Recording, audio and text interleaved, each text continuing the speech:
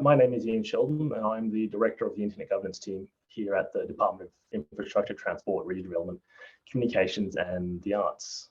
My team represent the Australian Government on the Governmental Advisory Committee at the Internet Corporation for Assigned Names and Numbers, or ICANN, and have lead for a range of internet governance issues at the ITU.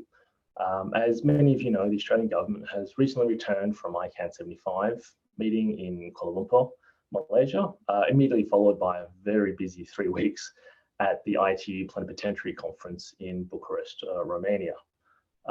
Given the timing of this, I'm not quite able to provide a fulsome update. We're still unpacking and debriefing ourselves. But I did want to take the advantage of this gathering of the internet community to provide a very high-level readout. Over the last few months at these international meetings, we've had some very challenging and important conversations about the internet on a wide range of issues. I know we're discussing a range of these over the course of this forum, but I wanted to flag a few of these for you here today. So as many of you know, internet issues at the ITU are always contentious, and this was very clearly the case at the plenipotentiary. I'm aware that Rosemary provided a great overview already, but just to reiterate the message and touch on a couple of the core issues. Some of the big topics from the plenipotentiary included being clearer on the role of governments and the multilateral system on internet governance matters, broader stakeholder and industry engagement and representation at these multilateral institutions as internet issues are discussed, stronger, clearer differentiation of the roles of multilateral bodies and multi-stakeholder bodies in managing the internet, as well as some recognition for the importance of a cooperative relationship between these bodies, as well as using telecommunications or ITTs to close the digital divide. I mentioned this one because it was a very hot topic at the plenipotentiary. Australia, along with many other countries, pushed hard for more formal recognition of the barriers that many parts of society face in accessing the internet. At the end of the day, we and many others weren't able to get in the language that we wanted, but as Minister Rowland mentioned, it certainly is a priority for us, and we will continue advocating for this.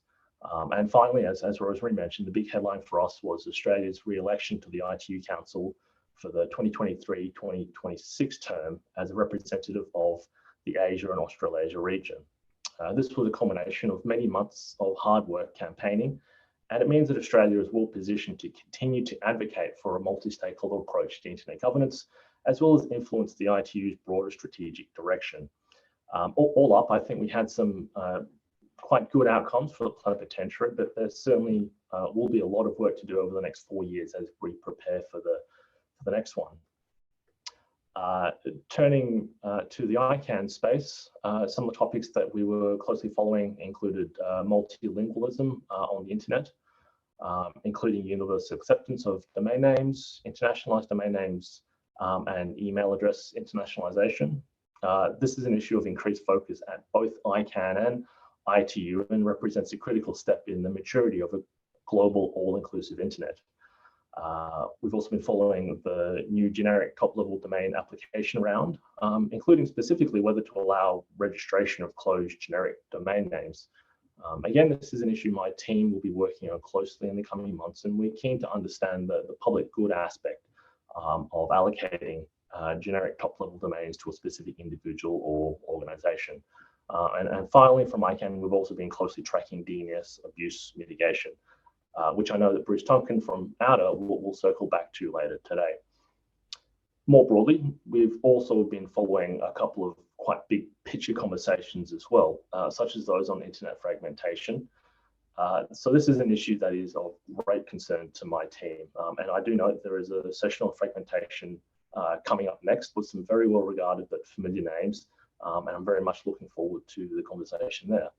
And finally, and relatedly, we've also been tracking regulatory changes in some jurisdictions that have the potential to impact the global internet.